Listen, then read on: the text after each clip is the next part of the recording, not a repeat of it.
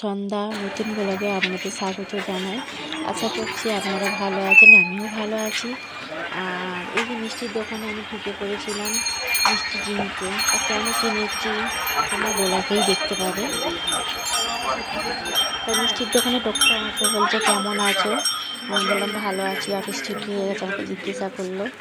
তা মিষ্টির দোকানেও লোকটার সাথে আমার একটু পরিচয় আছে, তাই একটু কথা বলছিলাম। আর রাস্তা দিয়ে হেঁটে হেঁটে যাচ্ছি বাগনানে স্টেশনে। মিষ্টির প্যাকেটটা তোমাদেরকে আমি দেখিয়ে দিলাম, মিষ্টি কিনেছি।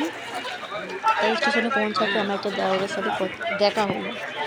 তা দেওর ফোনে ব্যস্ত, বৌদির সাথে কথা বলছে।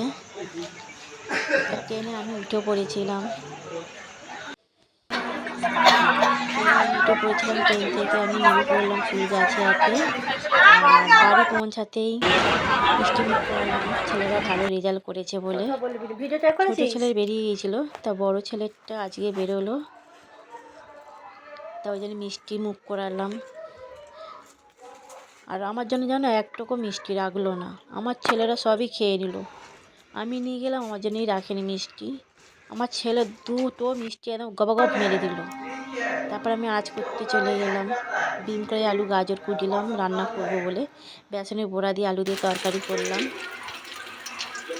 রান্না হয়ে যাবার পরে আমি খেতে বসে গিয়েছিলাম। আমার ছেলেরা বাইরে খাচ্ছে টিভি দেখে দেখে। টিভি না দেখে খেলে হবে না। তোমাদের বাচ্চারা কী করে, টিভি দেখে খায় না না দেখে খায়? আমার ছেলেরা মুড়ি খাবে টিভি দেখে, ভাত খাবে টিভি দেখে, সব জিনিসই টিভি দেখে দেখে। আজকের ব্লগটা এখানেই শেষ করছি। পরের ব্লগে তোমাদের সাথে দেখা হচ্ছে। Tata, bye bye.